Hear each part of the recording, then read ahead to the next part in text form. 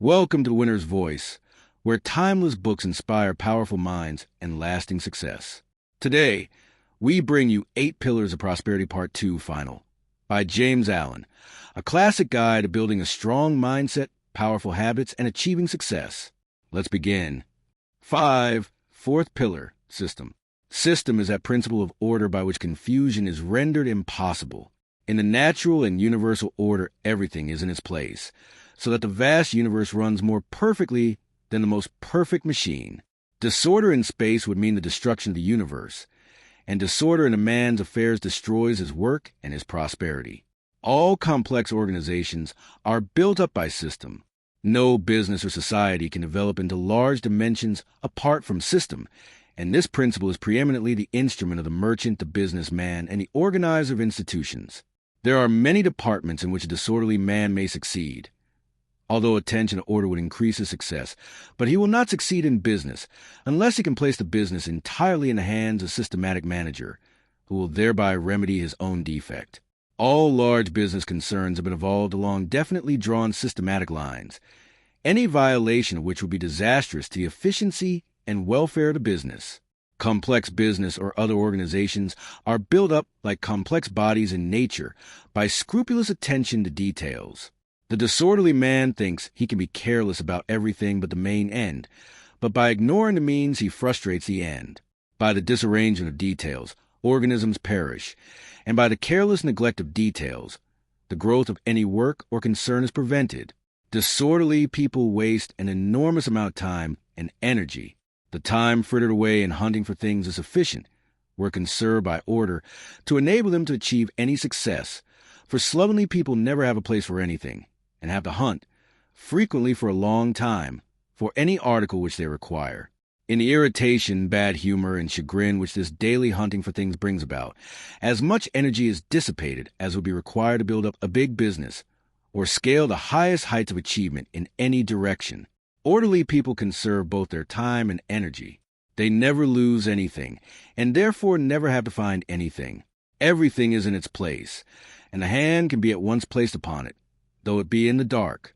They can well afford to be cool and deliberate, and so use their mental energies in something more profitable than irritation, bad temper, and accusing others for their own lack of order. There is a kind of genius in system which can perform apparent wonders with ease. A systematic man can get through so great a quantity of work in such a short time, and with such freedom from such exhaustion, as to appear almost miraculous. He scaled the heights of success while his slovenly competitor is wallowing hopelessly in the bogs of confusion. His strict observance of the law of order enables him to reach his ends swiftly and smoothly, without friction or loss of time. The demands of system in all departments of the business world are as rigid and exacting as the holy vows of a saint, and cannot be violated in the smallest particular, but at the risk of one's financial prospects. In the financial world, the law of order is an iron necessity, and he who faultlessly observes it saves time, temper, and money. Every enduring achievement in human society rests upon a basis of system. So true is this, that were system withdrawn, progress would cease. Think, for instance, of the vast achievement of literature, the works of classic authors and of great geniuses, the great poems, the innumerable prose works, the monumental histories, the soul-stirring orations. Think also the social intercourse of human society, of its religions, its legal statutes, and its vast fund of book knowledge. Think of all these wonderful resources and achievements of language, and then reflect that they all depend for their origin, growth, and continuance on the systematic arrangements of 26 letters, an arrangement having inexhaustible and illimitable results by the fact of its rigid limitation within certain fixed rules. Again, all the wonderful achievement of mathematics have come from the systematic arrangement of 10 figures, while the most complex piece of machinery, with its thousands of parts working together smoothly and almost noiselessly to the achievement of the end for which it was designed, was brought forth by the systematic observance of a few mechanical laws. Herein we see how system simplifies that is complex, how it makes easy that which was difficult, how it relates an infinite variety of details of the one central law or order, and so enables them to be dealt with and accounted for with perfect regularity, and with an entire absence of confusion. The scientist names and classifies the myriad details of the universe, from the microscopic rotifer to the telescopic star, by his observance of the principle of system, so that out of many millions of objects, reference can be made to any one object in, at most, a few minutes. It is this faculty of speedy references and swift dispatch which is of such overwhelming importance in every department of knowledge and industry, and the amount of time and labor thus saved to humanity is so vast as to be incompatible. We speak of religious, political, and business systems, and so on, indicating that all things in human society are welded together by the adhesive qualities of order. System is, indeed, one of the great fundamental principles in progress, and the binding together, in one complete whole, of the world's millions of human beings, while they are at the same time each striving for a place, and are competing with one another in opposing aims and interests. We see here how system is allied with greatness, for the many separate units whose minds are untrained to the discipline of system are kept in their places by the organizing power of the comparatively few who perceive the urgent, the inescapable necessity for the establishment of fixed and inviolable rules, whether in business, law, religion, science, or politics. In fact, in every sphere of human activity, for immediately two human beings meet together, they need some common ground of understanding for the avoidance of confusion. In a word, some system to regulate their actions. Life is too short for confusion, and knowledge grows and progress proceeds along avenues of system which prevent retardation and retrogression, so that he who systematizes his knowledge or business simplifies and enhances it for his successor, enabling him to begin with a free mind where he left off. Every large business has its system, which renders its vast machinery workable, enabling it to run like a well-balanced and well-oiled machine. A remarkable businessman, a friend of mine, once told me that he could have his huge business for 12 months and would run on without hitch till his return, and he does occasionally leave it for several months while traveling, and on his return every man, boy and girl, every tool, book, and machine, every detail down to the smallest, is in its place doing its work as when he left, and no trouble, no difficulty, no confusion has arisen. There can be no marked success apart from a love of regularity and discipline, and the avoidance of friction, along with the restfulness and efficiency of mind which spring from such regularity. People who abhor discipline, whose minds are ungoverned and anarchic, and who are careless and irregular in their thinking, their habits, and the management of their affairs, cannot be highly successful and prosperous, and they fill their lives with numerous worries, troubles, difficulties, and petty annoyances, all of which would disappear under a proper regulation of their lives. An unsystematic mind is an untrained mind, and it can no more cope with well-disciplined minds in a race of life than an untrained athlete can successfully compete with a carefully trained competitor in athletic races. The ill-disciplined mind that thinks anything will do rapidly falls behind the well-disciplined minds who are convinced that only the best will do in the strenuous race of prizes of life, whether they be material, mental, or moral prizes. The man who, when he comes to do his work, is unable to find his tools, or to balance his figures, or to find the key of his desk, or the key to his thoughtless, will be struggling in his self-made toils, while his methodical neighbor will be freely and joyfully scaling the invigorating heights of successful achievement. The businessman whose method is slovenly or cumbersome, or behind the most recent developments of skilled minds, should only blame himself as his prospects are decadent, and should wake up to necessity for more highly specialized and effective methods in his concern. He should seize upon everything, every invention and idea, that will enable him to economize time and labor, and aid him in thoroughness, deliberation, and dispatch. System is a law by which everything, every organism, business, character, nation, empire, is built, by adding cell to cell, department to department, thought to thought, law to law, and colony to colony in orderly sequence and classification. All things, concerns, and institutions grow in magnitude and evolve to completeness. The man who is continually improving his methods is gaining in building power. It therefore behoves a businessman to be resourceful and inventive in the improvement of his methods, for the builders, whether cathedrals or characters, business or religions, are the strong ones of the earth, and protectors and pioneers of humanity.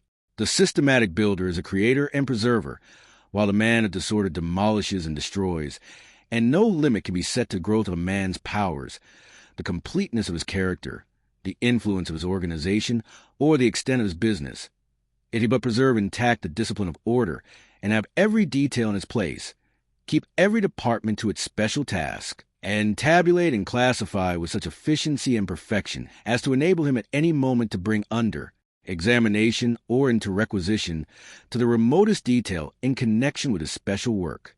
In system is contained these 4 ingredients: 1. Readiness. 2. Accuracy. 3. Utility. 4. Comprehensiveness.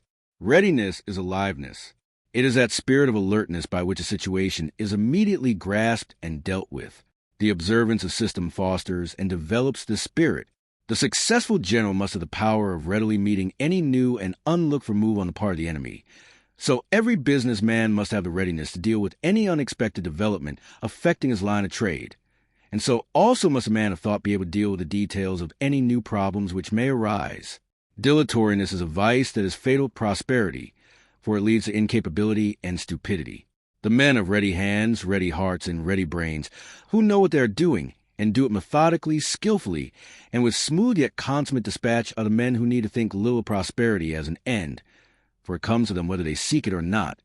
Success runs after them and knocks at their door, and they unconsciously command it by the superb excellence of their faculties and methods.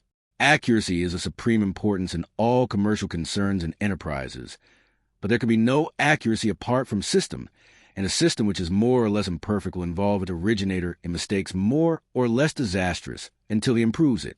Inaccuracy is one of the commonest failings, because accuracy is closely allied to self-discipline, and self-discipline, along with that glad subjection to external discipline which it involves, is an indication of high moral culture to which the majority have not yet attained. If the inaccurate man will not willingly subject himself to the discipline of his employer or instructor, but thinks he knows better, his failing can never be remedied, and he will thereby bind himself down to an inferior position, if in the business world, or to imperfect knowledge, if in the world of thought. The prevalence of the vice of inaccuracy, and in view of its disastrous effect it must be regarded as a vice, though perhaps one of the lesser vices, is patent to every observer in a way in which the majority of people relate a circumstance or repeat a simple statement of fact. It is nearly always made untrue by more or less marked inaccuracies. Few people, perhaps, not reckoning those who deliberately lie, have trained themselves to be accurate in what they say, or are so careful as to admit and state their liability to error, and from this common form of inaccuracy many untruths and misunderstandings arise. More people take pains to be accurate in what they do than in what they say, but even here inaccuracy is very common, rendering many inefficient and incompetent, and unfitting them for any strenuous and well-sustained endeavor. The man who habitually uses up a portion of his own or his employer's time in trying to correct his errors, or for the correction of whose mistakes another has to be employed, is not the man to maintain any position in the work-a-day world, much less to reach a place among the ranks of the prosperous. There never yet lived a man who did not make some mistakes on his way to his particular success, but he is a capable and right-minded man who perceives his mistakes and quickly remedies them, and who is glad when they are pointed out to him. It is habitual and persistent, inaccuracy which is a vice, and he is an incapable and wrong-minded man who will not see or admit his mistakes, and who takes offense when they are pointed out to him. The progressive man learns by his own mistakes as well as by the mistakes of others. He is always ready to test good advice by practice, and aims at greater and ever greater accuracy in his methods, which means higher and higher perfection. For accuracy is perfect, and the measure of a man's accuracy will be the measure of his uniqueness and perfection. Utility or usefulness is a direct result of method in one's work. Labor arrives at fruitful and profitable ends when it is systematically pursued. If the gardener is to gather in the best produce, he must not only sow and plant, but he must sow and plant the right time, and if any work is to be fruitful in results, it must be done seasonably, and the time for doing a thing must not be allowed to pass by. Utility considers a practical end, and employs the best means to reach that end. It avoids side issues, dispenses with theories, and retains a hold only on those things which can appropriate it to good uses in the economy of life. Unpractical people burden their minds with useless and unverifiable theories, and court failure by entertaining speculations which, by their very nature, cannot be applied in practice. The man whose powers are shown in what he does, and not in mere talking or arguing, avoids metaphysical quibbling and quandaries, and applies himself to the accomplishment of some good and useful end. That which cannot be reduced to practice should not be allowed to hamper the mind. It should be thrown aside, abandoned, and ignored. A man recently told me that if his theory should be proved to have no useful end, he should still retain his hold upon it as a beautiful theory. If a man chooses to cling to so-called beautiful theories which are proved to have no use in life and no substantial basis of reality, he must not be surprised if he fails in his worldly undertakings, for he is an unpractical man. When the powers of the mind are diverted from speculative theorizing and practical doing, whether in material or moral directions, skill, power, knowledge, and prosperity increase. A man's prosperity is measured by his usefulness to the community, and a man is useful in accordance with that he does, and not because of the theories which he entertains. The carpenter fashions a chair, the builder erects a house, the mechanic produces a machine, and the wise man molds a perfect character, not the schismatic, the theorists and the controversialists, but the workers, the makers, and the doers of the salt of the earth. Let a man turn away from the mirages of intellectual speculation and begin to do something, and to do it with all his might, and he will thereby gain a special knowledge, wield a special power, and reach his own unique position and prosperity among his fellows. Comprehensiveness is that quality of mind which enables a man to deal with a large number of related details, to grasp them in their entirety, along with a single principle which governs them and binds them together. It is a masterly quality, giving organizing and governing power, and is developed by systematic attention to details. The successful merchant holds in his mind, as it were, all the details of his business, and regulates them by a system adapted to a particular form of trade. The inventor has in his mind all the details of his machine, along with their relation to a central mechanical principle, and so perfects his invention. The author of a great poem or story relates all his characters and incidents to a central plot, and so produces a composite and enduring literary work. Comprehensiveness is analytic and synthetic capacity combined in the same individual. A capacious and well-ordered mind, which holds within its silent depth an army of details in their proper arrangement and true working order, is a mind that is near to genius, even if it has not already arrived. Every man cannot be a genius, nor does he need to be, but he can be gradually evolving his mental capacity by careful attention to system in his thoughts and business, and as his intellect depends and broadens, his powers will be intensified and his prosperity accentuated. Such, then, are four corner pillars in the temple of prosperity, and of themselves they are sufficient to permanently sustain it without the addition of the remaining four. The man who perfects himself in energy, economy, integrity, and system will achieve an enduring success in the work of his life, no matter what the nature of that work may be. It is impossible for one to fail who is full of energy, who carefully economizes his time and money, and virtuously husbands of vitality, who practices unswerving integrity, and who systematizes his work by first systematizing his mind. Such a man's efforts will be rightly directed, and that, too, with concentrated power, so that they will be effective and fruitful.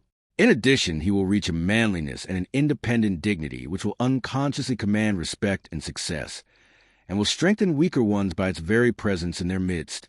Sayest thou a man diligent in business? He shall stand before kings. He shall not stand before mean men. Says Scripture of such a one. He will not beg, or whimper, or complain, or cynically blame others, but will be too strong and pure and upright a man to sink himself so low. And so, standing high in the nobility and integrity of his character, he will fill a high place in the world and in the estimation of men. His success will be certain, and his prosperity will endure. He will stand and not fall in the battle of life. 6. Fifth pillar, sympathy. The remaining pillars are the four central pillars in the temple of prosperity. They gave it greater strength and stability, and add both to its beauty and utility. They contribute greatly to its attractiveness, for they belong to the highest moral sphere, and therefore to great beauty and nobility of character. They, indeed, make a man great, and place him among the comparatively few whose minds are rare, and that shine apart in sparkling purity and bright intelligence. Sympathy should not be confounded with that maudlin and superficial sentiment which, like a pretty flower without root, presently perishes and leaves behind neither seed nor fruit. To fall into hysterical some suffering abroad is not sympathy. Neither are bursts of violent indignation against the cruelties and injustices of others, nor any indication of a sympathetic mind. If one is cruel at home, If he badgers his wife, or beats his children, or abuses his servants, or stabs his neighbors with shafts of bitter sarcasm, what hypocrisy is in his profession of love for suffering people who are outside the immediate range of his influence.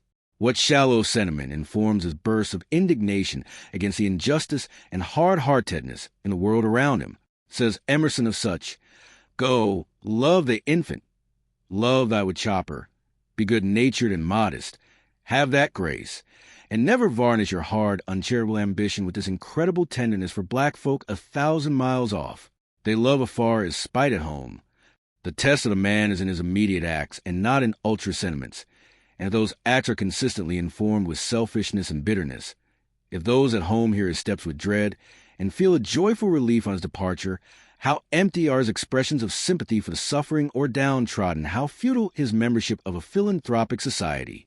Though the well of sympathy may feed the spring of tears, that spring more often draws its supply from the dark pool of selfishness, for when selfishness is thwarted it spends itself in tears. Sympathy is a deep, silent, inexpressible tenderness which is shown in a consistently self-forgetful, gentle character. Sympathetic people are not gushing and spasmodic, but are permanently self-restrained, firm, quiet, unassuming, and gracious. Their undisturbed demeanor, where the suffering of others is concerned, is frequently mistaken for indifference by shallow minds, but the sympathetic and discerning eye recognizes, in their quiet strength and their swiftness to aid while others are sweeping and wronging their hands, the deepest, soundest sympathy. Lack of sympathy is shown in cynicism, ill-natured sarcasm, bitter ridicule, taunting and mockery, and anger and condemnation, as well as in that morbid and false sentiment, which is a theoretical and assumed sympathy, having no basis in practice. Lack of sympathy arises in egotism. Sympathy arises in love. Egotism is involved in ignorance. Love is allied to knowledge. It is common with men to imagine themselves as separate from their fellows, with separate aims and interests, and to regard themselves as right and others wrong in their respective ways. Sympathy lifts a man above this separate and self-centered life, and enables him to live in the hearts of his fellows, and to think and feel with them. He puts himself in their place, and becomes for the time being as they are, as Whitman, the hospital hero, expresses it, "I do not ask the wounded person. It is a kind of impertinence to question a suffering creature. Suffering calls for aid and tenderness, and not for curiosity, and the sympathetic man or woman feels the suffering and ministers to its alleviation, nor can sympathy boast, and wherever self-praise enters in, sympathy passes out. If one speaks of his many deeds of kindness, and complains of the ill treatment he has received in return, he has not done kindly deeds, but has yet to reach that self-forgetful modesty which is the sweetness of sympathy. Sympathy, in its real and profound sense, is oneness with others in their strivings and sufferings, so that the man of sympathy is a composite being. He is, as it were, a number of men, and he views a thing from a number of different sides, and not from one side only, and that his own particular side. He sees with the other men's eyes, hears with their ears, thinks with their minds, and feels with their hearts. He is thus able to understand men who are vastly different from himself. The meaning of their lives is revealed to him, and he is united to them in the spirit of goodwill. Said Balzac, "The poor fascinate me. Their hunger is my hunger. I am with them in their homes. Their privations I suffer. I feel the beggar's rags upon my back. I for the time being become the poor and despised man." It reminds us of a saying of one greater than Balzac, that a deed done for a suffering little one was done for him. And so it is. Sympathy leads us to the hearts of all men, so that we become spiritually united to them, and when they suffer we feel the pain. When they are glad we rejoice with them. When they are despised and persecuted, we spiritually descend with them into the depths and take into our hearts their humiliation and distress. And he who has this binding, uniting spirit of sympathy can never be cynical and condemnatory, can never pass thoughtless and cruel judgments upon his fellows, because, in his tenderness of heart, he is ever with them in their pain. But to have reached this ripened sympathy, it must needs be that one has loved much, suffered much, and sounded the dark depths of sorrow.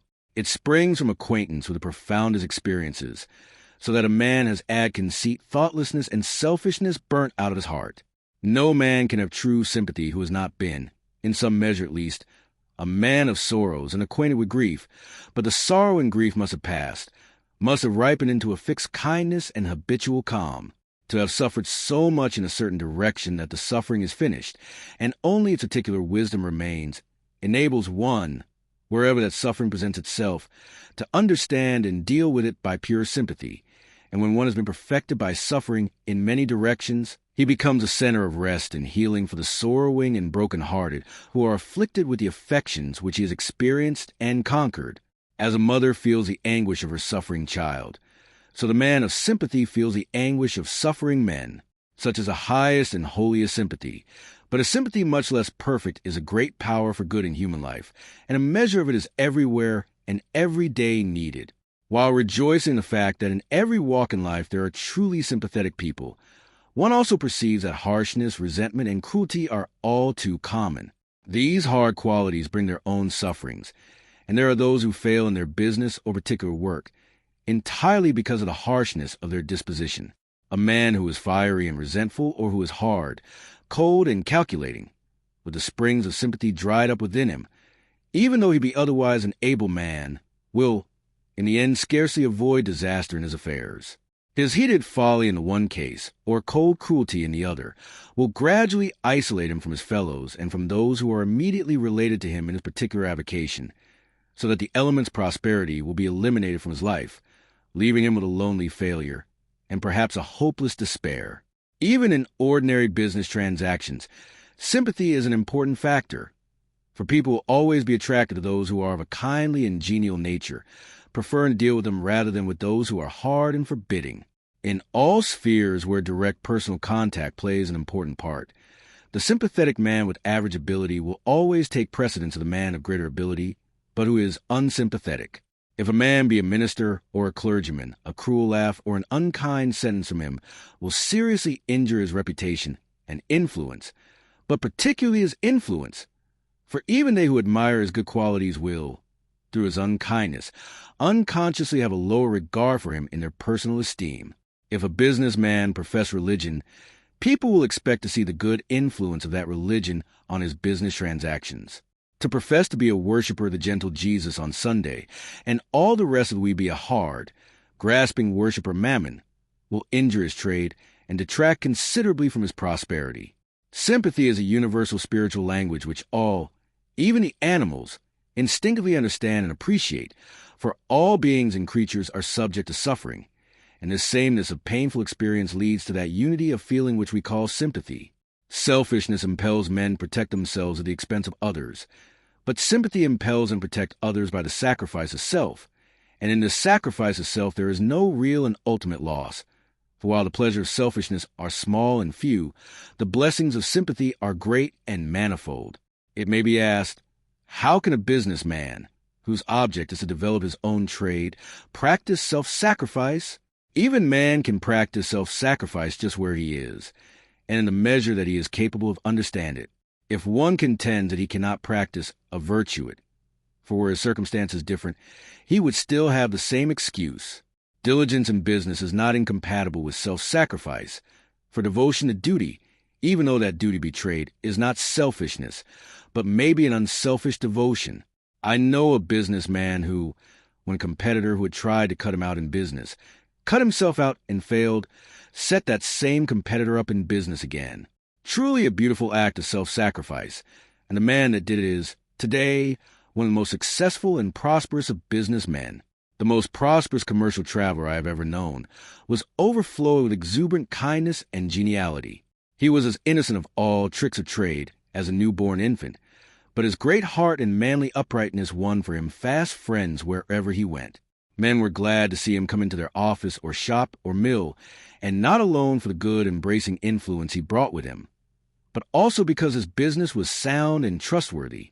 This man was successful through sheer sympathy, but sympathy so pure and free from policy that he himself would probably deny that a success could be attributed to it. Sympathy can never hinder success. It is selfishness that blights and destroys. As goodwill increases, man's prosperity will increase. All interests are mutual and stand or fall together, and as sympathy expands a heart, it extends the circle of influence, making blessings, both spiritual and material, to more greatly abound.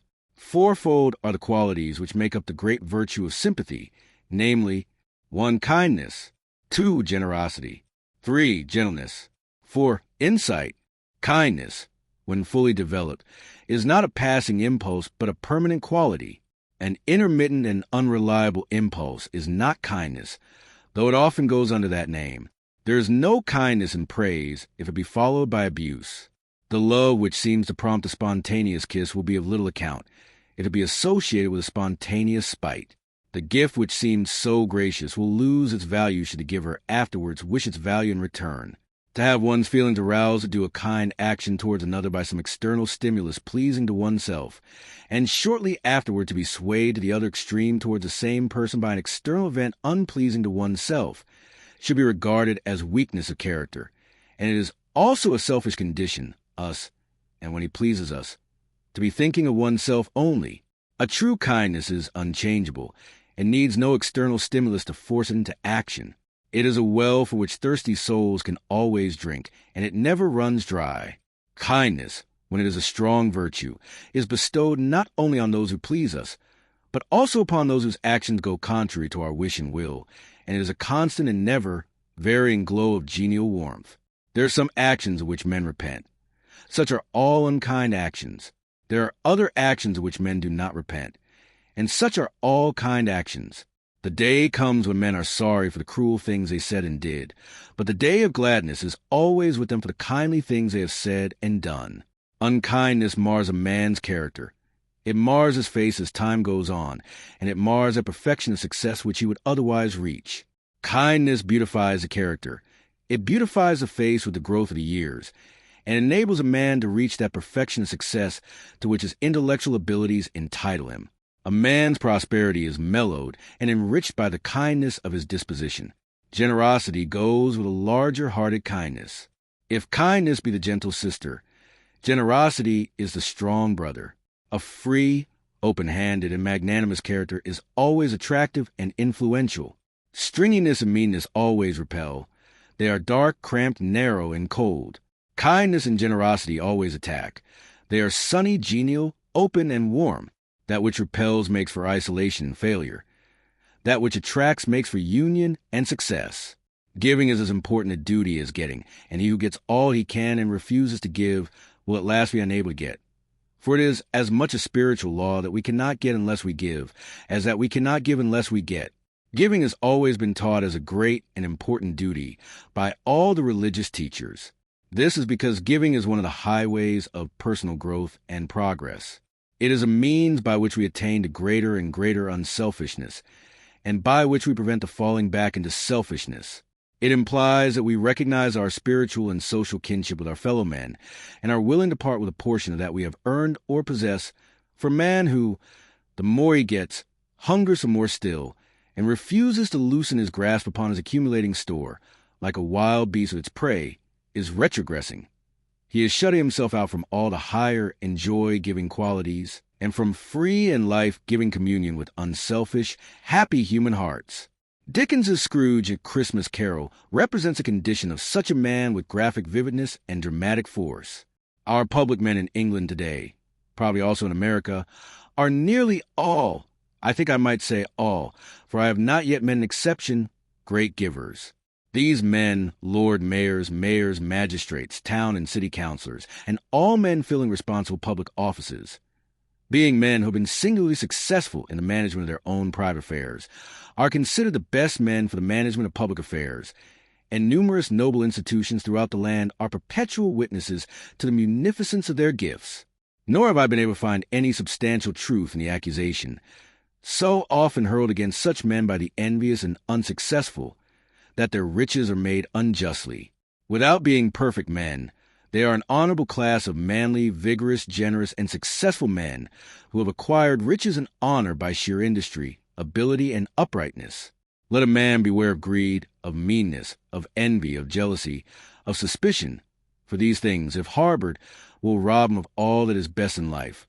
Aye, even all that is best in material things, as well as all that is best in character and happiness.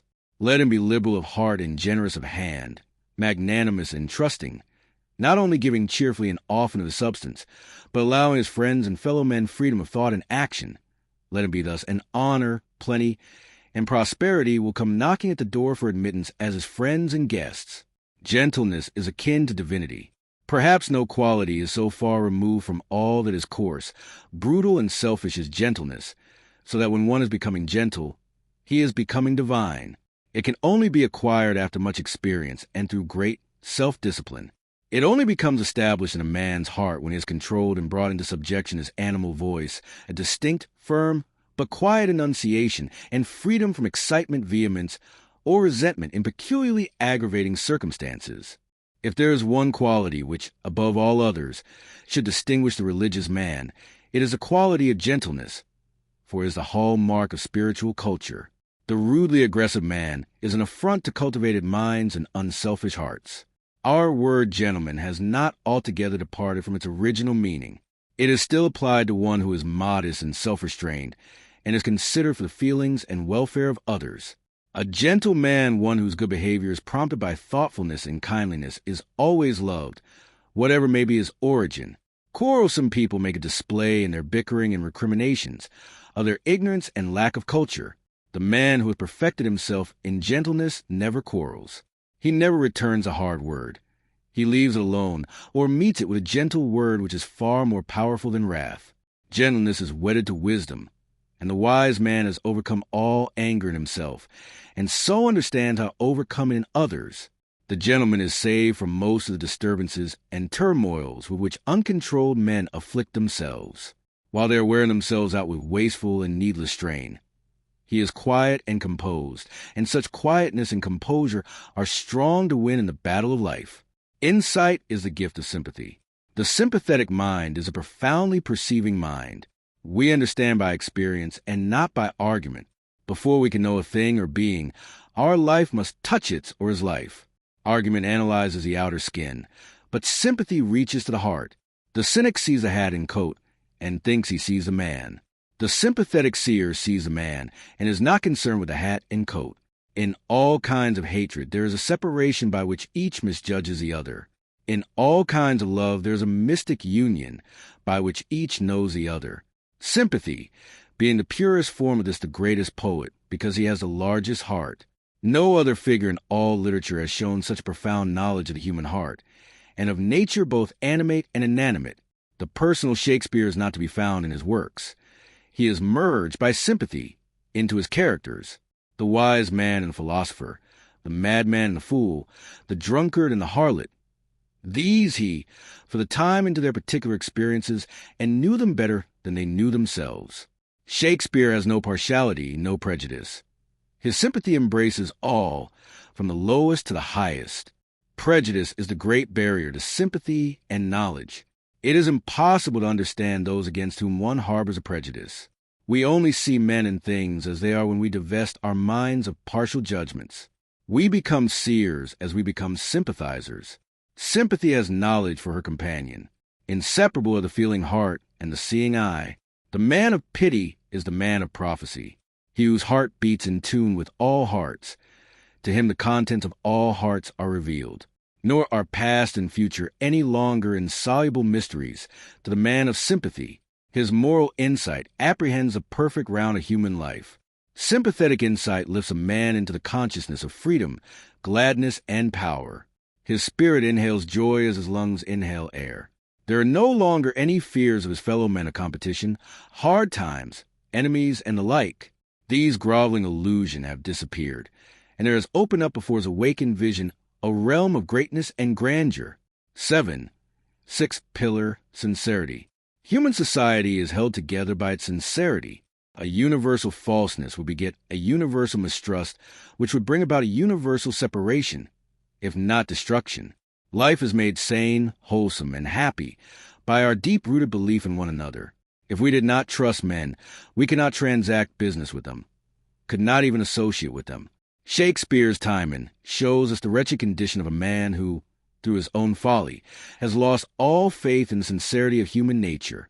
He cuts himself off in the company of all men and finally commits suicide. Emerson has something to the effect that if the trust system were withdrawn from commerce, society would fall to pieces, that system being an indication of the universal confidence men place in each other. Business, commonly supposed by the short-sighted and foolish to be all fraud and deception, is based on a great trust, a trust that men will meet and fulfill their obligations. Payment is not asked until the goods are delivered, and the fact of the continuance of the system for ages proves that most men do pay their debts and have no wish to avoid such payment. Back of all its shortcomings, human society rests on a strong basis of truth, its fundamental note in sincerity. Its great leaders are all men of superlative sincerity, and their names and achievements are not allowed to perish, a proof that the virtue of sincerity is admired by all the race. It is easy for the insincere to imagine that everybody is like themselves and to speak of the rottenness of society. Though a rotten thing could endure age after age, for is not everything yellow to the jaundiced eye? People who cannot see anything good in the constitution of human society should overhaul themselves. Their trouble is near home. They call good evil. They have dwelt cynically and peevishly on evil till they cannot see good, and everything and everybody appears evil. Society is rotten from top to bottom, I heard a man say recently, and he asked me if I did not think so. I replied that I should be sorry to think so, that while society had many blemishes, it was sound at the core and contained within itself the seeds of perfection. Society, indeed, is so sound that the man who is playing a part for the accomplishment of entirely selfish ends cannot long prosper, and cannot fill any place as an influence. He is soon unmasked and disagreed, and the fact that such a man can, for even a brief period, batten on human credulity, speaks well for the trustfulness of men, if it reveals their lack of wisdom. An accomplished actor on the stage is admired, but the designing actor on the stage of life brings himself down to ignominy and contempt. In striving to appear what he is not, he becomes as one having no individuality, no character, and he is deprived of all influence, all power, all success. A man of profound sincerity is a great moral force, and there is no force, not even the highest intellectual force, that can compare with it. Men are powerful in influence according to the soundness and perfection of their sincerity. Morality and sincerity are so closely bound together that where sincerity is lacking, morality as a power is lacking also, for insincerity undermines all the other virtues, so that they crumble away and become of no account. Even a little insincerity robs a character of all its nobility, and makes it common and contemptible. Falseness is so despicable a vice, and no man of moral weight can afford to dally with pretty compliments, or play the fool with trivial and howsoever light, in order to please, and he is no longer strong and admirable, but has become a shallow weakling whose mind has no deep well of power from which men can draw, and no satisfying richness to stir in them a worshipful regard.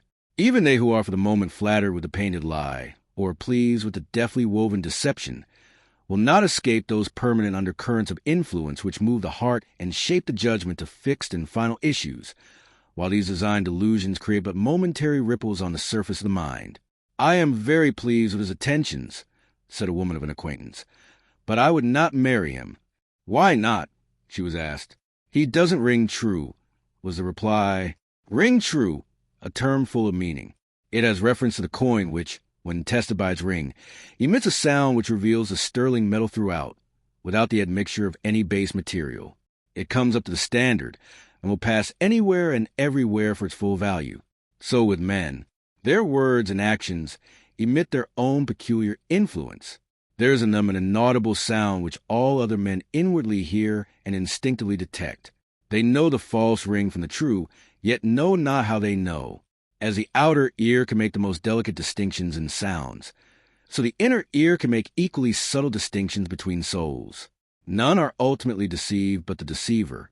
It is the blind folly of the insincere that, while flattering themselves upon their successful simulations, they are deceiving none but themselves. Their actions are laid bare before all hearts. There is at the hear of man a tribunal, whose judgments do not miscarry. If the senses faultlessly detect, shall not the soul infallibly know? This inner infallibility is shown in the collective judgment of the race. This judgment is perfect. So perfect that in literature, art, science, invention, religion, in every department of knowledge, it divides the good from the bad, the worthy from the unworthy, the true from the false, zealously guarding and preserving the former, and allowing the latter to perish. The works, words, and deeds of great men are the heirlooms of the race, and the race is not careless of their value. 1,000 men write a book, and one only is a work of original genius. Yet the race singles out that one, elevates and preserves it, while it consigns the 999 copies to oblivion. 10,000 men utter a sentence under a similar circumstance, and one only is a sentence of divine wisdom. Yet the race singles out that saying for the guidance of posterity, while the other sentences are heard no more. It is true that the race slays its prophets, but even that slay becomes a test which reveals the true ring, and men detect its tureens. The slain one has come up to the standard, and the deed of his slaying is preserved as furnishing infallible proof of his greatness. As the counterfeit coin is detected and cast back into a melting pot, while the sterling coin circulates among all men, and is valued for its worth, so the counterfeit word, deed, or character is perceived, and is left to fall back into the nothingness from which it emerged, a thing unreal, powerless, dead. Spurious things have no value, whether they be bric-a-brac or men. We are ashamed of imitations that try to pass for the genuine article. Falseness is cheap. The masquerader becomes a byword. He is less than a man. He is a shadow, a spook, a mere mask. Trueness is valuable. The sound-hearted man becomes an exemplar. He is more than a man. He is a reality, a force, a molding principle. By falseness all is lost. Even individuality dissolves, for falseness is nonentity, nothingness. By trueness everything is gained, for trueness is fixed, permanent, real. It is all important that we be real, that we harbor no wish to appear other than what we are, that we simulate no virtue, assume no excellency, adopt no disguise. The hypocrite thinks he can hoodwink the world and the eternal law of the world. There is but one person that he hoodwinks, and that is himself, and for that the law of the world inflicts its righteous penalty. There is an old theory that the excessively wicked are annihilated. I think to be a pretender is to come as near to annihilation as a man can get, for there is a sense in which the man is gone, and in his place there is but a mirage of shams. The hell of annihilation which so many dread, he has descended into, and to think that such a man can prosper is to think that shadows can do the work of entities and displace real men. If any man thinks he can build up a successful career on pretenses and appearances, let him pause before sinking into the abyss of shadows. For in insincerity there is no solid ground, no substance, no reality. There is nothing on which anything can stand, and no material with which to build. But there are loneliness, poverty, shame, confusion, fears, suspicions, weeping, groaning, and lamentations. For there is one hell lower, darker, fouler than all others. It is the hell of insincerity. For beautiful traits adorn the mind of the sincere man. They are 1. Simplicity. 2. Attractiveness. 3. Penetration. 4. Power. Simplicity is naturalness. It is simple being without fake or foreign adornment. Why are all things in nature so beautiful? Because they are natural. We see them as they are, no task they might wish to appear. For in sooth they have no wish to appear. For in sooth they have no wish to appear otherwise. There is no hypocrisy in the world of nature outside of human nature. The flower which is so beautiful in all eyes would lose its beautify in all eyes would nature we look upon reality, and its beauty and perfection gladden and amaze us. We cannot find anywhere a flaw, and are conscious of our incapacity to improve upon anything, even to the most insignificant. Everything has its own peculiar perfection, and shines in the beauty of unconscious simplicity. One of the modern social cries is, "Back to nature." It is generally understood to mean a cottage in the country, and a piece of land to cultivate. It will be of little use to go into the country if we take our shams with us, and any veneer which may cling to us can as well be washed off just where we are. It is good that they who feel burdened with the conventions of society should fly to the country, and court the quiet of nature, but will fail if it by anything but a means to that inward redemption which will restore us to the simple and the true. But though humanity has wandered from a natural simplicity of the animal world, it is moving toward a higher, a divine simplicity. Men of great genius are such because of their spontaneous simplicity. They do not foreign. They are. Lesser minds study style and effect. They wish to cut a striking figure on the stage of the world, and by that unholy wish they are doomed to mediocrity. Said a man to me recently, "I would give 20 years of my life to be able to write an immortal hymn." With such an ambition, a man cannot write a hymn. He wants to pose.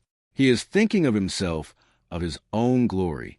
Before a man can write an immortal hymn or create any immortal work, he must give not 20 years of his life to ambition, but it can do anything great and must sing, paint, write out of 10,000 bitter experiences, 10,000 failures, 10,000 conquests, 10,000 joys.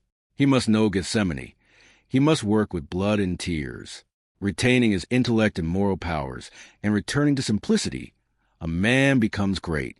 He forfeits nothing real. Only the shams are cast aside, revealing the standard gold of character. Where there is sincerity, there will always be simplicity, a simplicity of the kind that we see in nature, the beautiful simplicity of truth. Attractiveness is a direct outcome of simplicity. This is seen in the attractiveness of all natural objects, to which we have referred, but in human nature it is manifested as personal influence. Of recent years, certain pseudo-mystics have been advertising to sell the secret of personal magnetism for so many dollars, by which they purport to show vain people how they can make themselves attractive to others by certain occult means, as though attractiveness can be bought and sold and put on and off like powder and paint. Nor are people who are anxious to be thought attractive likely to become so, for their vanity is a barrier to it. The very desire to be thought attractive is, in itself, a deception, and it leads to the practice of numerous deceptions. It infers, too, that such people are conscious of lacking the genuine attractions and graces of character and are on the lookout for a substitute. But there is no substitute for beauty of mind and strength of character. Attractiveness, like genius, is lost by being coveted, and possessed by those who are too solid and sincere character to desire it. There is nothing in human nature, nor talent, nor intellect, nor affection, nor beauty of features that can compare an attractive power with that soundness of mind and wholeness of heart which we call sincerity. There is a perennial charm about a sincere man or woman, and they draw about themselves the best specimens of human nature. There can be no personal charm apart from sincerity. Infatuation there may be, but this is a kind of disease, and is vastly different from the indissoluble bond by which sincere people are attached. Infatuation ends in painful disillusion, but as there is nothing hidden between sincere souls, and they stand upon that solid ground of reality, there is no illusion to be displayed. Leaders among men attract by the power of their sincerity, and the measures of their sincerity is the great, maybe a man's intellect. He can never be a permanent leader and guide of men unless he be sincere. For a time he may sail jauntily upon the stream of popularity and believe himself secure, but it is only that he may shortly fall the lower in popular odium. He cannot long deceive the people with his painted front. They will soon look behind, and find of what spurious stuff he is made. He is like a woman with a painted face. She thinks she is admired for her complexion, but all know it is paint and despise her for it. She has one admirer, herself, and the hell of limitation to which all the insincere commit themselves is a hell of self-admiration. Sincere people do not think of themselves, of their talent, their genius, their virtue, their beautify, and because they are so unconscious of themselves, they attract all, and win their confidence, affection, and esteem. Penetration belongs to the sincere. All shams are unveiled in their presence. All simulators are transparent to the searching eye of the sincere man. With one clear glance he sees through all their flimsy pretenses.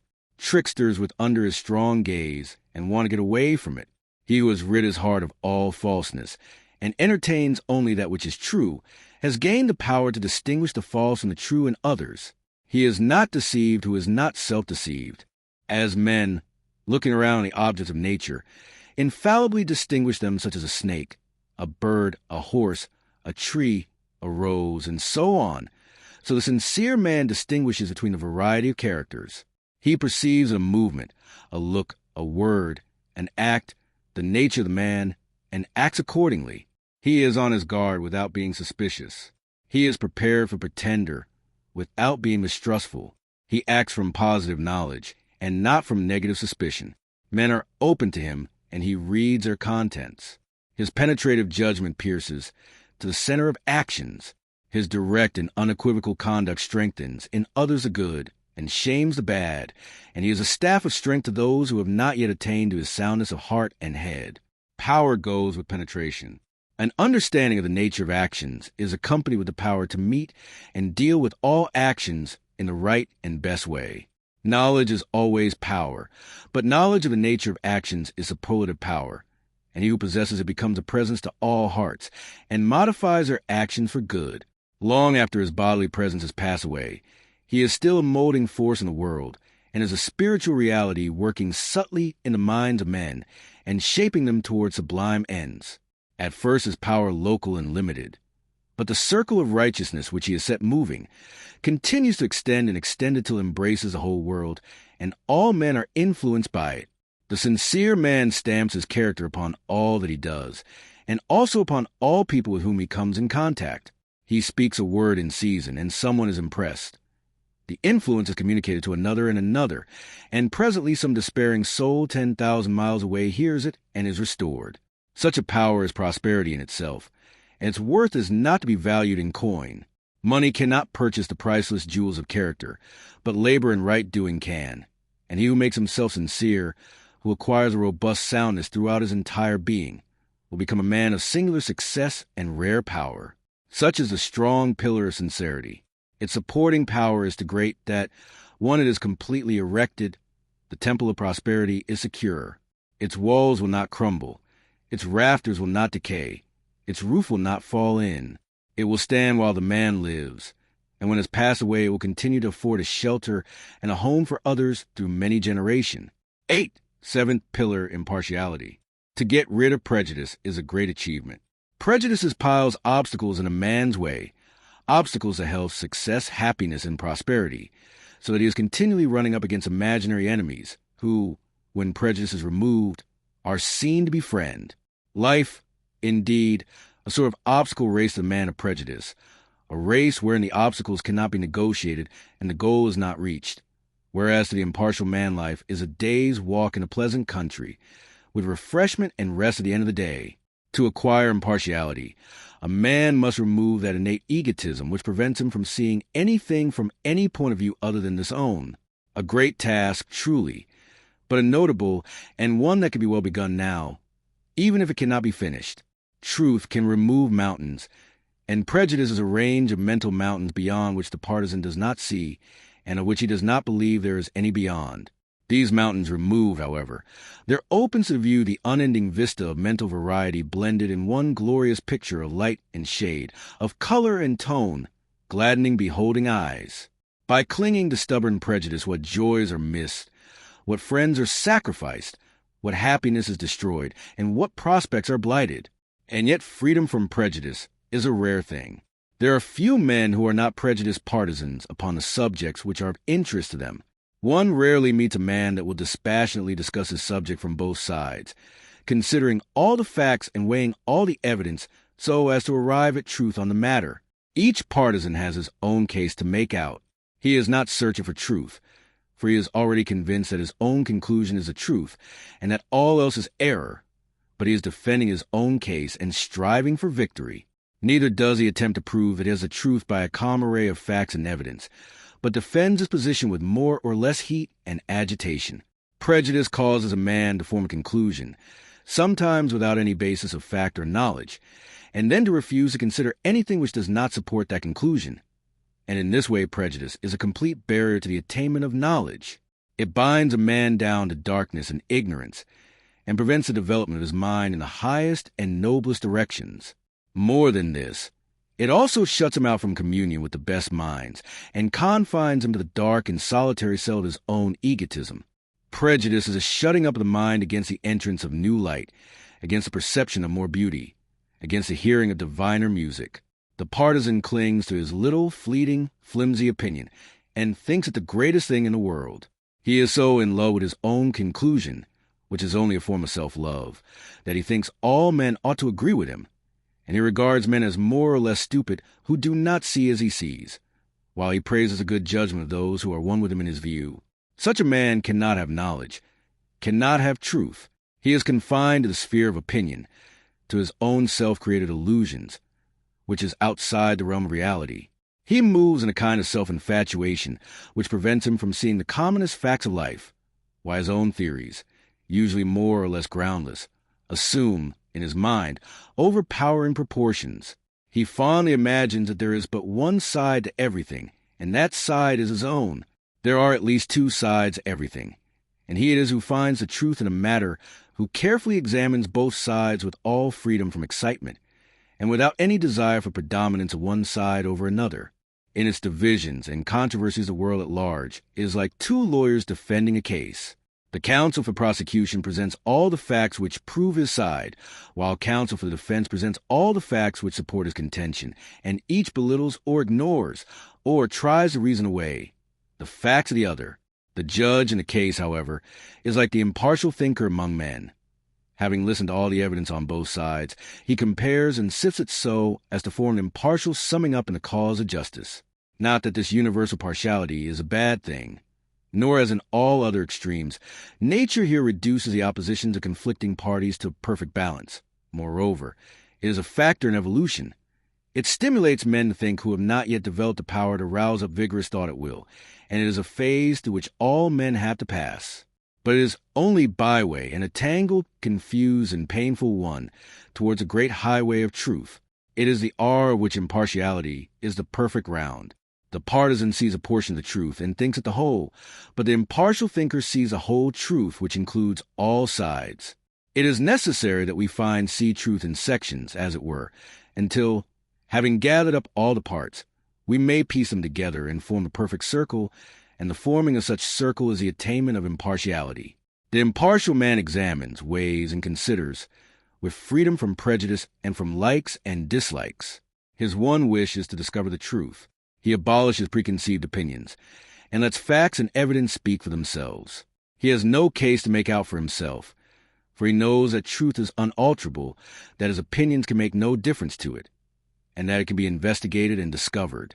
He thereby escapes a vast amount of friction and nervous wear and tear to which the feverish partisan is subject, and in addition, he looks directly upon the face of reality, and so becomes tranquil and peaceful. So rare is freedom from prejudice that wherever the impartial thinker may be, he is sure, sooner or later, to occupy a very high position in the estimation of the world and in the guidance of its destiny. Not necessarily an office in worldly affairs, for that is improbable, but an exalted position in the sphere of influence. There may be such a one now, and he may be a carpenter, a weaver, a clerk. He may be in poverty or in the home of a millionaire. He may be short or tall or of any complexion, but whatever and wherever he may be, he has, though unknown, already begun to move the world, and will one day be universally recognized as a new force and creative center in evolution. There was one such some 1900 years ago. He was only a poor, unlettered carpenter. He was regarded as a madman by his own relatives, and he came to an ignominious end in the eyes of his countrymen, but he sowed the seeds of an influence which has altered the whole world. There was another such in India some 25 centuries ago. He was accomplished, highly educated, and was the son of a capitalist and landed proprietor, a petty king. He became a penniless, homeless mendicant, and today 1/3 of the human race worship at his shrine and are restrained and elevated by his influence. Beware when the great God lets loose a thinker on this plane, says Emerson, and a man is not a thinker who is bound by prejudice. He is merely the strenuous upholder of an opinion. Every idea must pass through the medium of its particular prejudice and receive its color, so that dispassionate thinking and impartial judgment are rendered impossible. Such a man sees everything only in its relation or imagined relation to his opinion, whereas the thinker sees things as they are. The man who has so purified his mind of prejudice and of all the imperfections of egotism as to be able to look directly upon reality has reached the acme of power. He holds in his hands, as it were, the vastest influence, and he will wield this power whether he knows it or not. It will be inseparable from his life, and will go from him as perfume from the flower. It will be in his words, his deeds, in his bodily postures and the motions of his mind, even in his silence and the stillness of his frame. Wherever he goes, even though he should fly to the desert, he will not escape this lofty destiny, for a great thinker is the center of the world. By him all men are held in their orbits, and all thought gravitates towards him. The true thinker lives above and beyond the seething whirlpool of passion in which mankind is engulfed. He is not swayed by personal consideration, for he has grasped the import of impersonal principles, and being thus a non-combatant in the clashing warfare of egotistic desires, he can, from a vantage ground an impartial but not indifferent watcher, see both sides equally, and grasp the cause and meaning of the fray. Not only the great teachers, But the greatest figures in literature are those who are free from prejudice, who, like true mirrors, affect things impartially. Such are Whitman, Shakespeare, Balzac, Emerson, Homer. These minds are not local, but universal. Their attitude is cosmic and not personal. They contain within themselves all things and beings, all worlds and laws. They are the gods who guide the race, and who will bring it at last out of its fever passion into their own serene land. The true thinker is the greatest of men, and his destiny is the most exalted. The altogether impartial mind has reached the divine, and it basks in the full daylight of reality. The four great elements of impartiality are 1. Justice, 2. Patience, 3. Calmness, 4. Wisdom. Justice is the giving and receiving of equal values. What is called striking a hard bargain is a kind of theft. It means that the purchaser gives value for only a portion of his purchase, the remainder being appropriated as clear gain. The seller also encourages it by closing the bargain. The just man does not try to gain an advantage. He considers the true values of things and molds his transactions in accordance therewith. He does not let what will pay come before what is right, for he knows that the right pays best in the end. He does not seek his own benefit to the disadvantage of another, for he knows that a just action benefits, equally and fully, both parties to a transaction. If one man's loss is another man's gain, it is only that the balance may be adjusted later on. Unjust gains cannot lead to prosperity, but are sure to bring failure. A just man could no more take from another an unjust gain by what is called a smart transaction, that he could take it by picking his pocket. He would regard the one as dishonest as the other. The bargaining spirit in business is not the true spirit of commerce. It is a selfish and thieving spirit which wants to get something for nothing. The upright man purges his business of all bargaining and builds it one the more dignified basis of justice. He supplies a good article at its right price and does not alter. He does not soil his hands with any business which is tainted with fraud. His goods are genuine and they are properly priced. Customers who try to beat down a tradesman in their purchases are degrading themselves. Their practice assumes one or both of two things, namely, that either the tradesman is dishonest and is overcharging a low, suspicious attitude of mind, or that they are eager to cajole him out his profit, an equally base attitude, and so benefit by his loss. The practice of bearing down is altogether a dishonest one, and the people who pursue it most assiduously are those who complain most of being imposed on, and this is not surprising, seeing that they themselves are all the time trying to impose upon others. On the other hand, the tradesman who is anxious to get all he can out of his customers, irrespective of justice and the right values of things, is a kind of robber, and is slowly poisoning his success, for his deeds will assuredly come home to him in the form of financial ruin. Said a man of 50 to me the other day, "I have just discovered that all my life I have been paying 50% more for everything than I ought to." A just man cannot feel that he has ever paid too much for anything, for he does not close with any transaction which he considers unjust. But if a man is eager to get everything at half price, then he will be always meanly and miserably mourning that he is paying double for everything.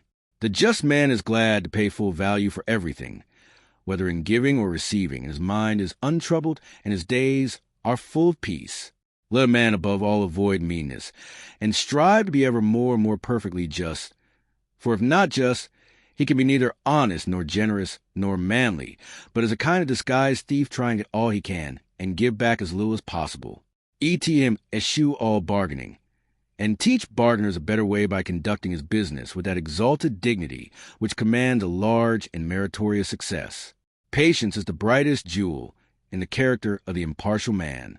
Not a particular patience with a particular thing, like a girl with her needlework or a boy building his toy engine, but on unswerving considerateness, a sweetness of disposition at all times and under the most trying circumstances, an unchangeable and gentle strength which no trial can mar and no persecution can break.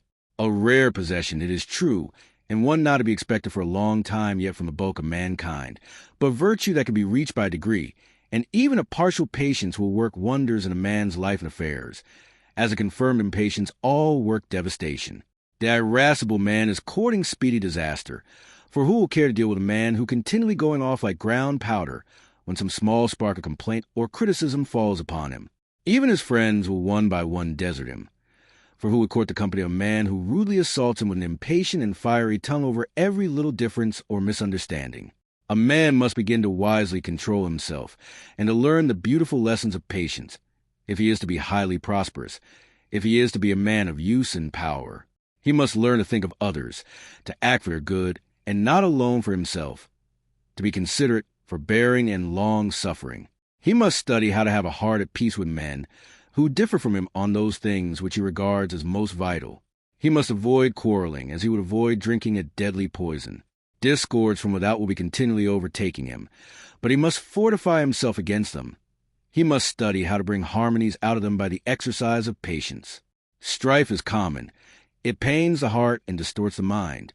Patience is rare. It enriches the heart and beautifies the mind. Every cat can spit and fume. It requires no effort, but only a looseness of behavior. It takes a man to keep his mornings through all events, and to be painstaking and patient with the shortcomings of humanity. But patience wins. As soft water wears away the hardest rock, so patience overcomes all opposition. It gains the hearts of men. It conquers and controls. Calmness accompanies patience. It is a great and glorious quality. It is the peaceful haven of emancipated souls after their long wanderings on the tempest-riven ocean of passion. It makes the man who has suffered much, endured much, experienced much, and has finally conquered. A man cannot be impartial who is not calm. Excitement, prejudice, and partiality spring from disturbed passions. When personal feeling is thwarted, it rises and seethes like a stream of water that is dammed. The calm man avoids this disturbance by directing his feeling from the personal to the impersonal channel. He thinks and feels for others as well as for himself. He sets the same value on other men's opinions as on his own. If he regards his own work as important, he sees also that the work of other men is equally important. He does not contend for the merit of his own against the demerit of that of others.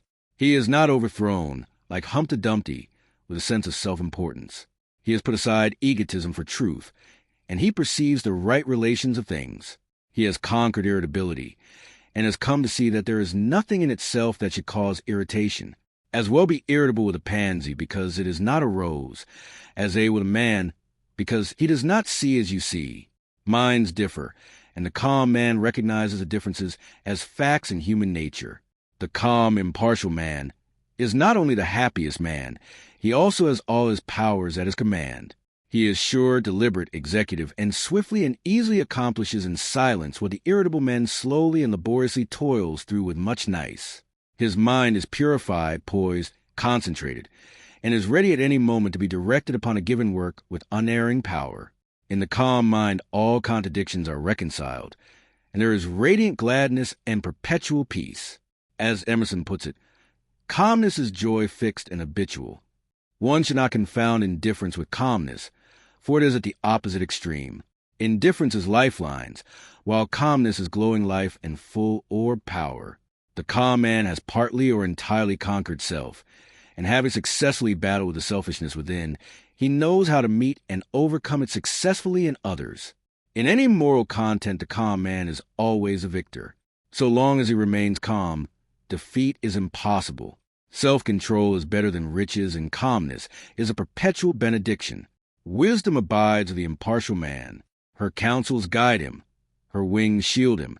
She leads him along pleasant ways to happy destinations. Wisdom is many-sided.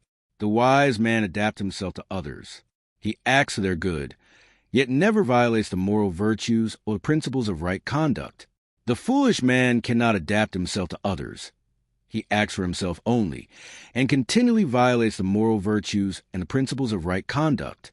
There is a degree of wisdom in every act of impartiality, and once a man has touched and experienced the impartial zone, he can recover it again and again until he finally establishes himself in it.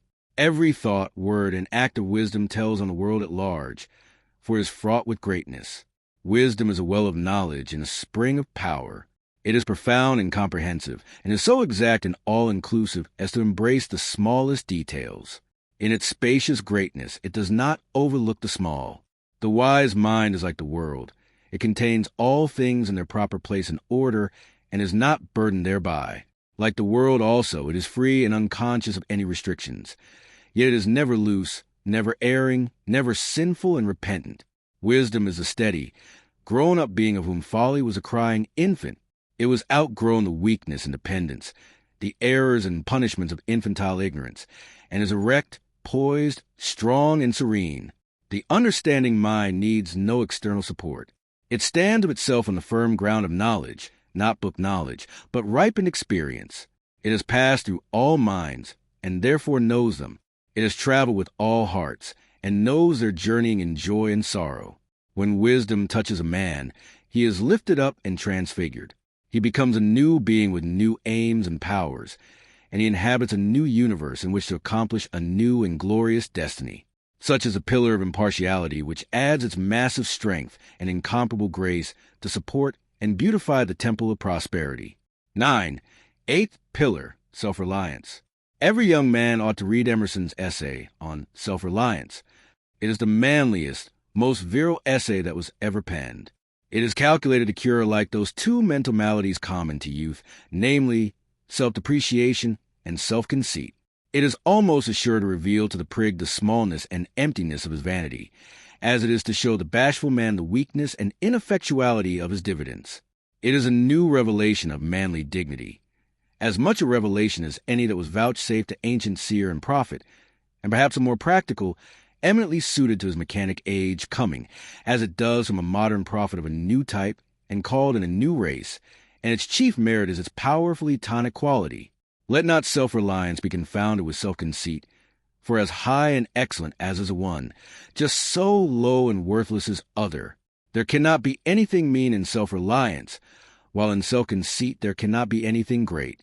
The man that never says no when questioned on subject of which he is entirely ignorant, to avoid, as he imagines, being thought ignorant, but confidently puts forward guesses and assumptions as knowledge, will be known for his ignorance, and ill-esteemed for his added conceit.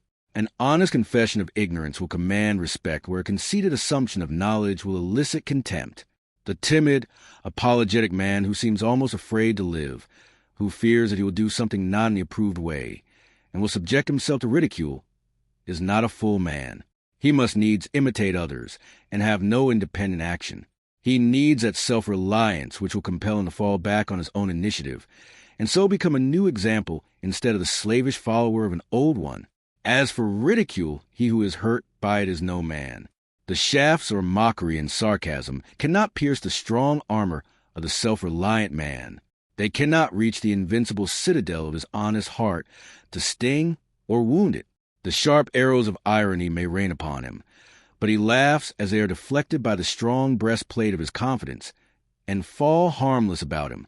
Trust thyself, says Emerson. Every heart vibrates to that iron string. Throughout the ages men have so far leaned, and do still lean, upon external makeshifts instead of standing upon their own native simplicity and original dignity.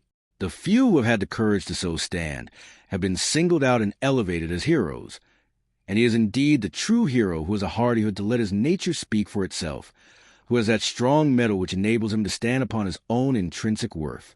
It is true that the candidate for such heroism must endure the test of strength. He must not be shamed from his ground by the bugbears of an initiate conventionalist. He must not fear for his reputation or position, or for his standing in the church or his prestige in local society. He must learn to act and live as independently of these considerations as he does of the current fashions in the antipodes. Yet when he has endured this test, and standard and odium have failed to move or afflict him, he has become a man indeed, one that society will have to reckon with, and finally accept on his own terms.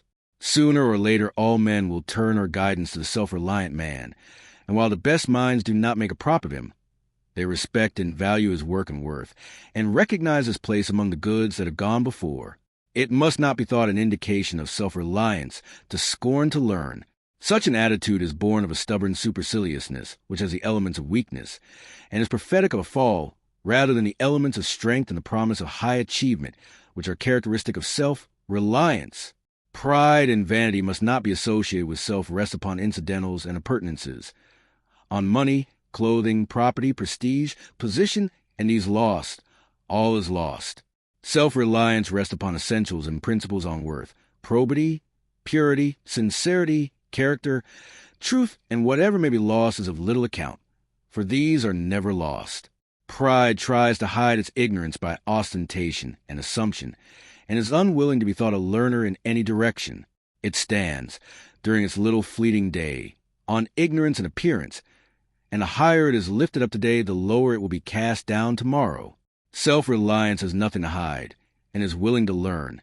And while there could be no humility where pride is, self-reliance and humility are compatible. Nay more, they are complementary, and the sublime form of self-reliance is only found associated with the profoundest humility. Extremes meet, says Emerson, and there is no better example than the haughtiness of humility. No aristocrat, no prince born of the purple, can begin to compare with the self-respect of the saint. Why is he so lowly, but that he knows that he can well afford it, resting on the largeness of God in him? It was Buddha who, I this particular, said, "Those who, either now or after I am dead, shall be a lamp unto themselves, relying upon themselves only and not relying upon any external help, but holding fast to the truth as their lamp, and seeking their salvation in the truth alone, shall not look for assistance to any one beside themselves. It is among my disciples, who shall reach the very topmost height. But they must be willing to learn." In this saying, the repeated insistence on necessity for relying upon oneself alone, coupled with a final exhortation to be eager to learn, is the wisest utterance on self-reliance that I know. In it, the great teacher comprehends that perfect balance between self-trust and humility, which the man of truth must acquire. Self-trust is the essence of heroism. All great men are self-reliant, and we should use them as teachers and exemplars and not as props and perambulators. A great man comes who leans upon no one, but stands alone in the solitary dignity of truth, and straightway the world begins to lean upon him, begins to make him an excuse for spiritual indolence and a destructive self-abasement. Better than cradling our vices in the strength of the great, would it be to newly light our virtues at their luminous lamp. If we rely upon the light of another, darkness will overtake us, but if we rely upon our own light, we have but to keep it burning. We may both draw light from another and communicate it, but to think it sufficient while our own lamp is rusting in neglect is shortly to find ourselves abandoned in darkness. Our own inner light is the light which never fails us. What is the inner light of the Quakers but another name for self-reliance? We should stand upon what we are, not upon what another is. But I am so small and poor, you say. Well, stand upon that smallness, and presently it will become great. A babe must needs suckle and cling, but not so man. Henceforth he goes upon his own limbs. Men pray to God to put into their hands that which they are framed to reach out for, to put into their mouth the food for which they should strenuously labor. But men will outgrow the spiritual infancy.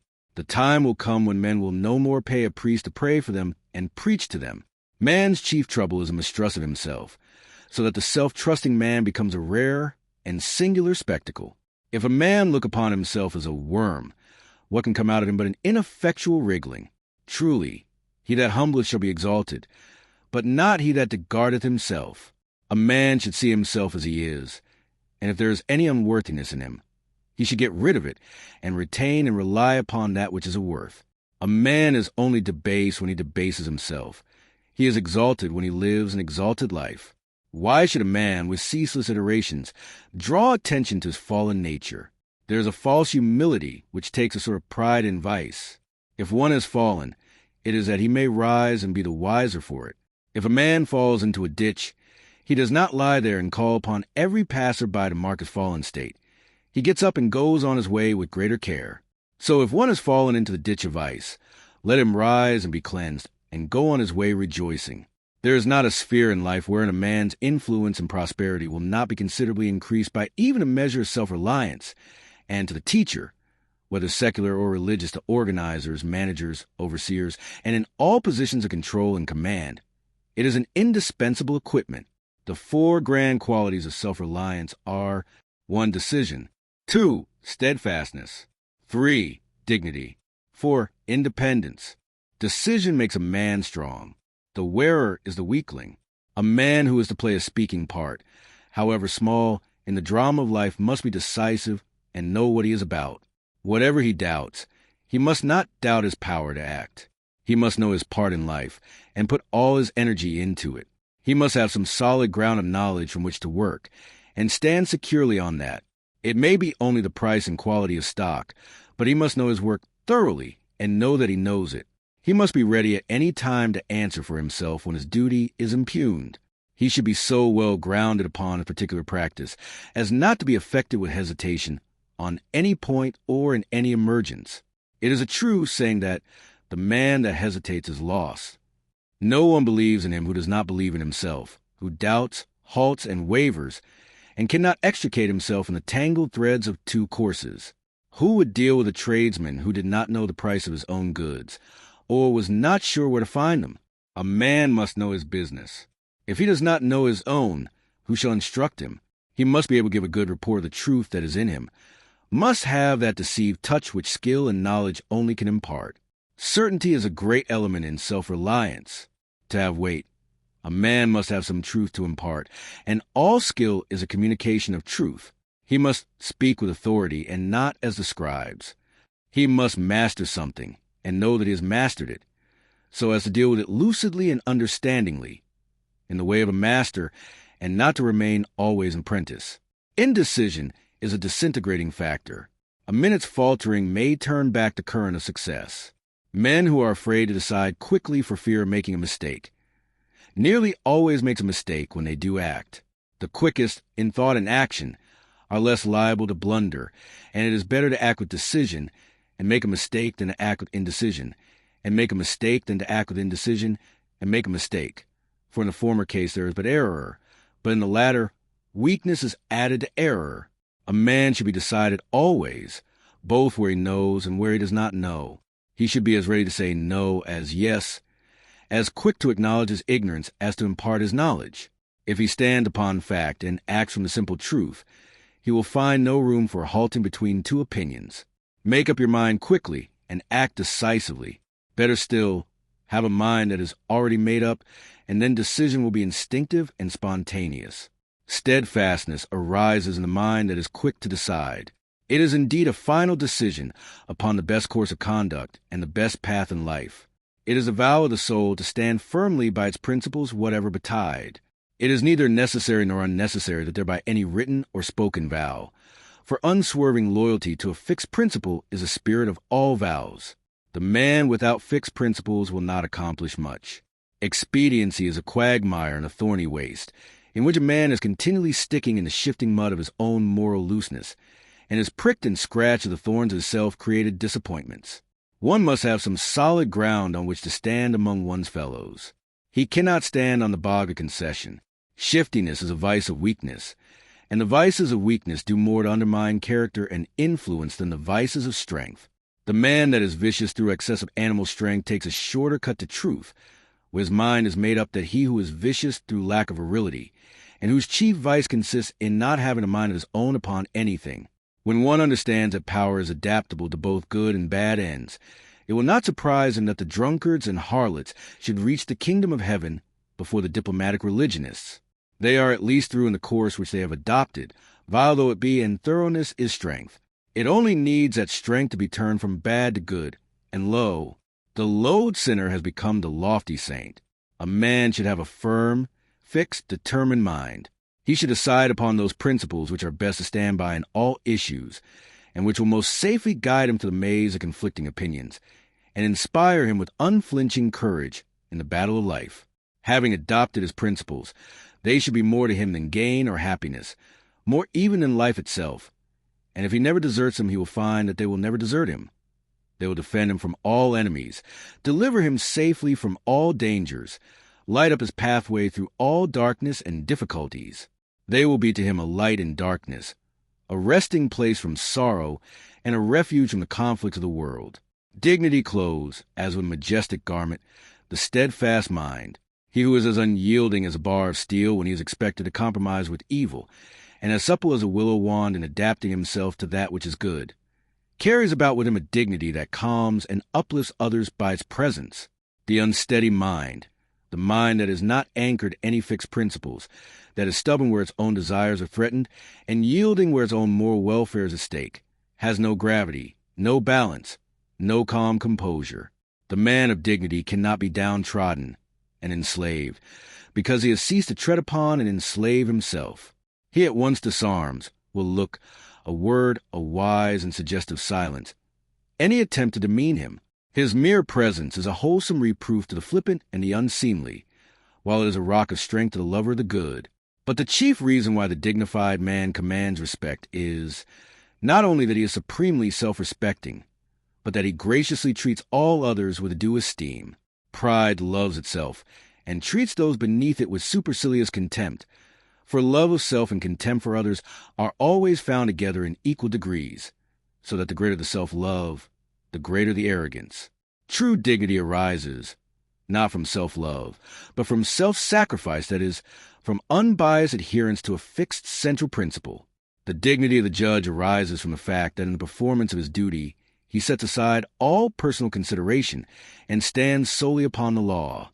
His little personality, impermanent and fleeting, becomes nothing, while the law, enduring and majestic, becomes all. Should a judge, in deciding a case, forget the law and fall into personal feeling and prejudice, his dignity would be gone. So with a man of stately purity of character, he stands upon the divine law, and not upon personal feeling. For immediately a man gives way to passion, he has sacrificed dignity, and takes his place as one of the multitude of the unwise and uncontrolled. Every man will have composure and dignity in the measure that he acts from a fixed principle. It only needs that the principle be right, and therefore unassailable.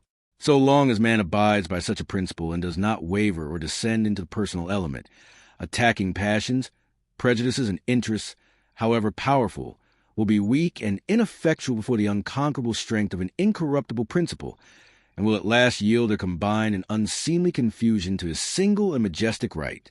Independence is the birthright of the strong and well-controlled man. All men love and strive for liberty. All men aspire to some sort of freedom. A man should labor for himself or for the community. Unless he is a cripple, a chronic invalid, or is mentally irresponsible, he should be ashamed to depend upon others for all he has, giving nothing in return. If one imagines that such a condition is freedom, let him know that it is one of the lowest forms of slavery. The time will come when, to be a drone in a human hive, even as matters are now, a respectable drone, and not a poor tramp, will be a public disgrace, and will be no longer respectable. Independence, freedom, glorious liberty, come through labor and not from idleness, and the self-reliant man is too strong, too honorable, too upright to depend upon others, like a sucking babe, for his support. He earns, with hand or brain, the right to live as becomes a man and a citizen, and this he does whether born rich or poor, for riches are no excuse for idleness. Rather, they are an opportunity to labor, with the rare facilities which they afford, for the good of the community.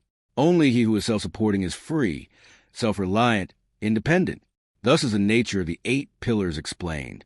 On what foundation they rest, the manner of their building, their ingredients, the fourfold nature of the material which each is composed, what positions they occupy, and how they support the temple, all may now build.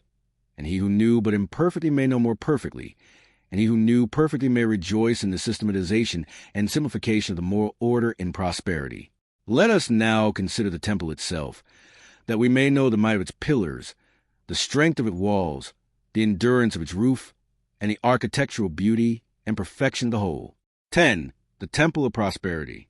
The reader who has followed the course of this book with a view to obtaining information on the details of money-making, business transactions, profit and loss in various undertakings, prices, markets, agreements, contracts, and other matters connected with the achievement of prosperity, will have noted an entire absence of any instruction on these matters of detail.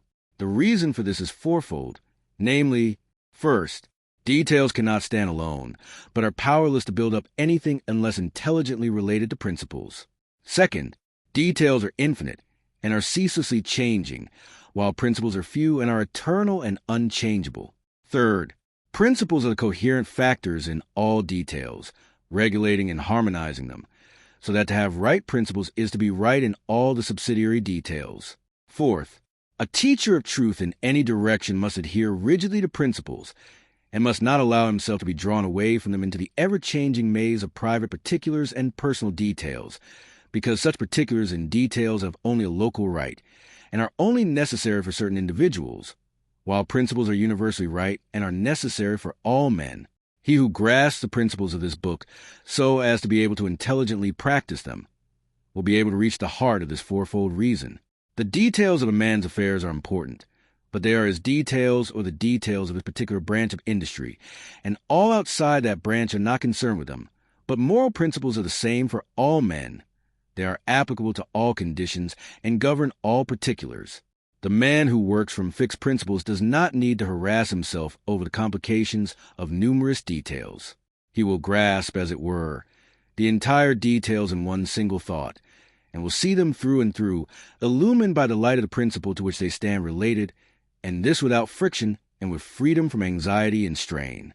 Until principles are grasped, details are regarded and dealt with as primary matters, and so viewed they lead to innumerable complications and confuse issues.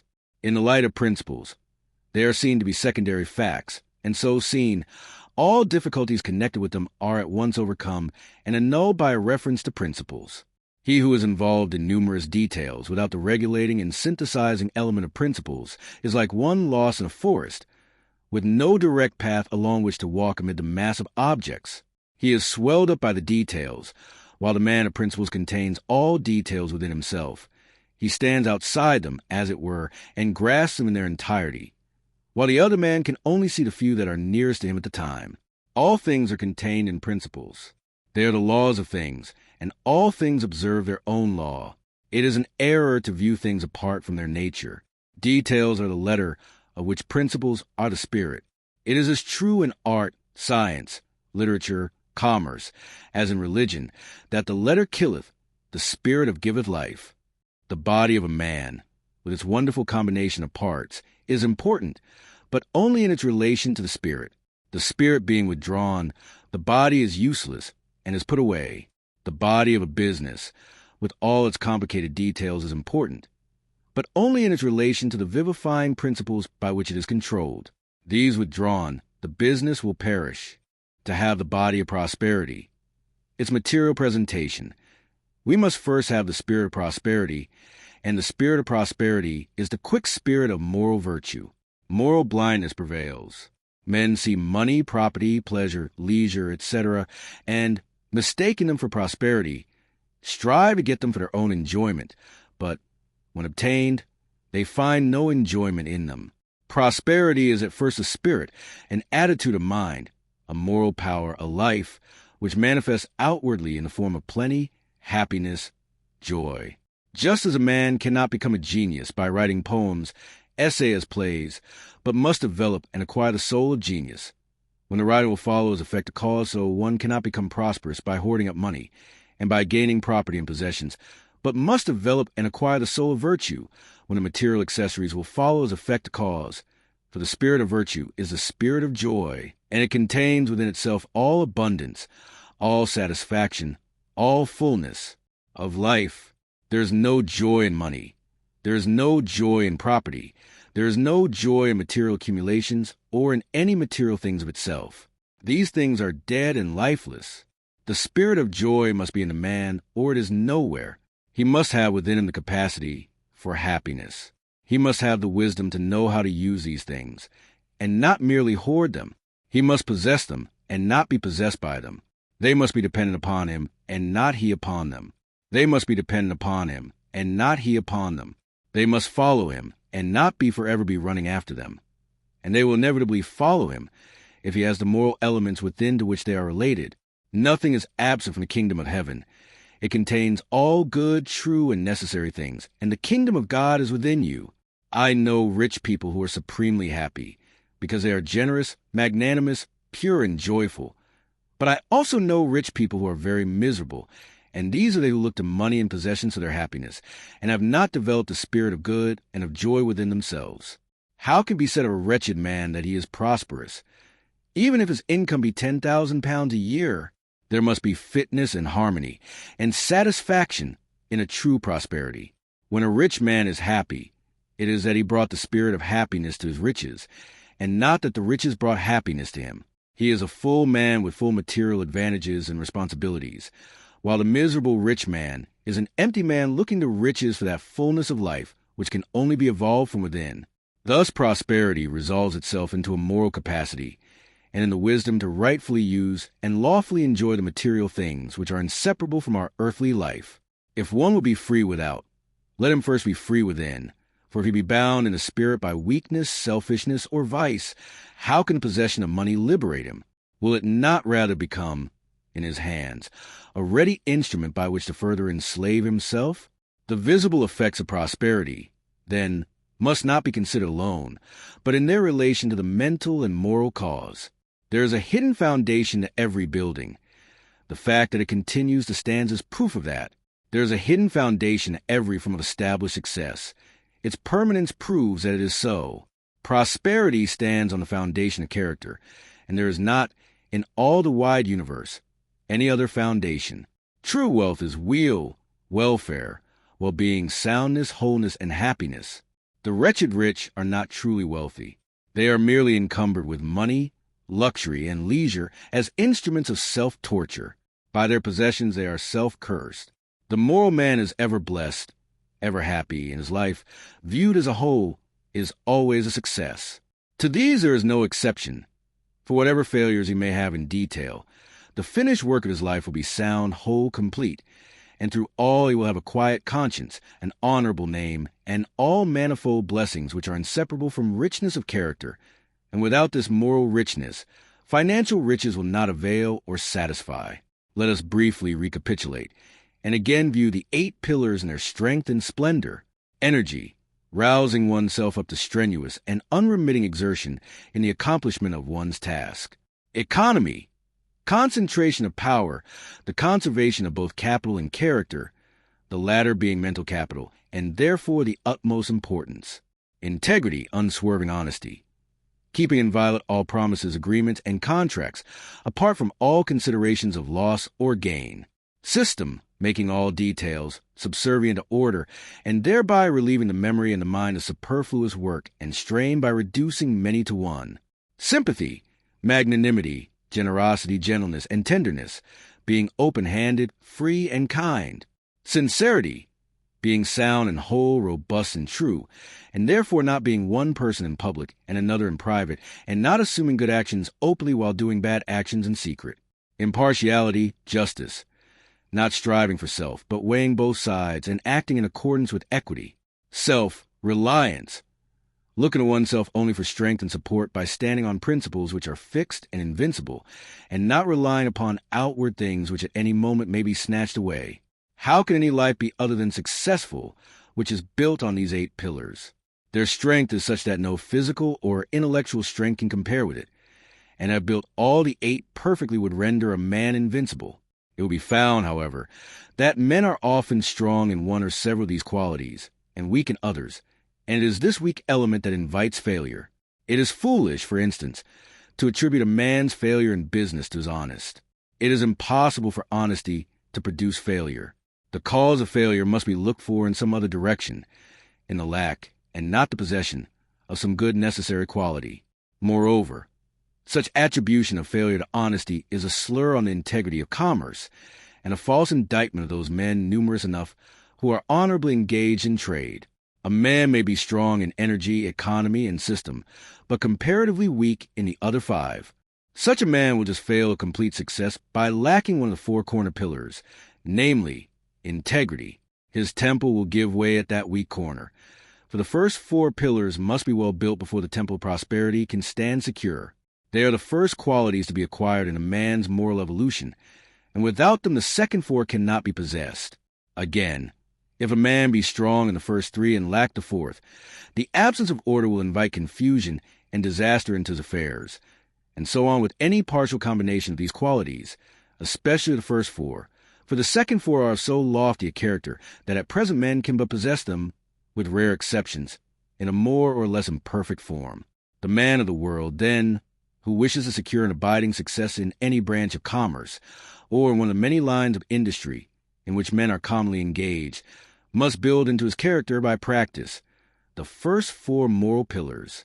By these fixed principles he must regulate his thought, his conduct, and his affairs, consulting them in every difficulty, making every detail serve them, and above all, never deserting them under any circumstance to gain some personal advantage or to save some personal trouble. For to so desert them is to make oneself vulnerable to the disintegrating elements of evil and to become assailable to accusations from others. He who so abides by these four principles will achieve a full measure of success in his own particular work, whatever it may be. His temple of prosperity will be well built and well supported, and it will stand secure. The perfect practice of these four principles is within the scope of all men who are willing to study them with that object in view. For they are so simple and plain that a child could grasp their meaning, and their perfection in conduct does not call for an unusual degree of self-sacrifice, though it demands some self-denial and personal discipline, without which there can be no success in this world of action. The second four pillars, however, are principles of a more profound nature, are more difficult to understand and practice, and call for the highest degree of self-sacrifice and self-effacement. Few at present can reach that detachment from the personal element which their perfect practice demands, but the few who accomplish this in any marked degree will vastly enlarge their powers and enrich their life, and will adorn their temple prosperity with a singular and attractive beauty which will gladden and elevate all beholders long after they have passed away. But those who are beginning to build their temple of prosperity in accordance with the teaching of this book must bear in mind that a building requires time to erect, and it must be patiently raised up, brick upon brick and stone upon stone. And the pillars must be firmly fixed and cemented, and labor and care will be needed to make the whole complete. And the building of this inner mental temple is none the less real and substantial because invisible and noiseless. For in the raising up of his, as of Solomon's temple, which was 7 years in building, it can be said, there was neither hammer nor axe nor any tool of iron heard in the house, while it was in the building. Even so, O reader, construct thy character, raise up the house of thy life, build up thy temple of prosperity. Be not as the foolish who rise and fall upon the uncertain flux of selfish desires, but be at peace in thy labor, crown thy career with completeness, and so be numbered among the wise who, without uncertainty, build upon a fixed and secure foundation, even upon the principles of truth, which endure forever. You've been listening to 8 Pillars of Prosperity by James Allen, final part. Thank you for joining the Winner's Voice. If you found this valuable, don't forget to like, comment, and subscribe for more powerful audiobooks. Stay focused, keep growing, and think like a winner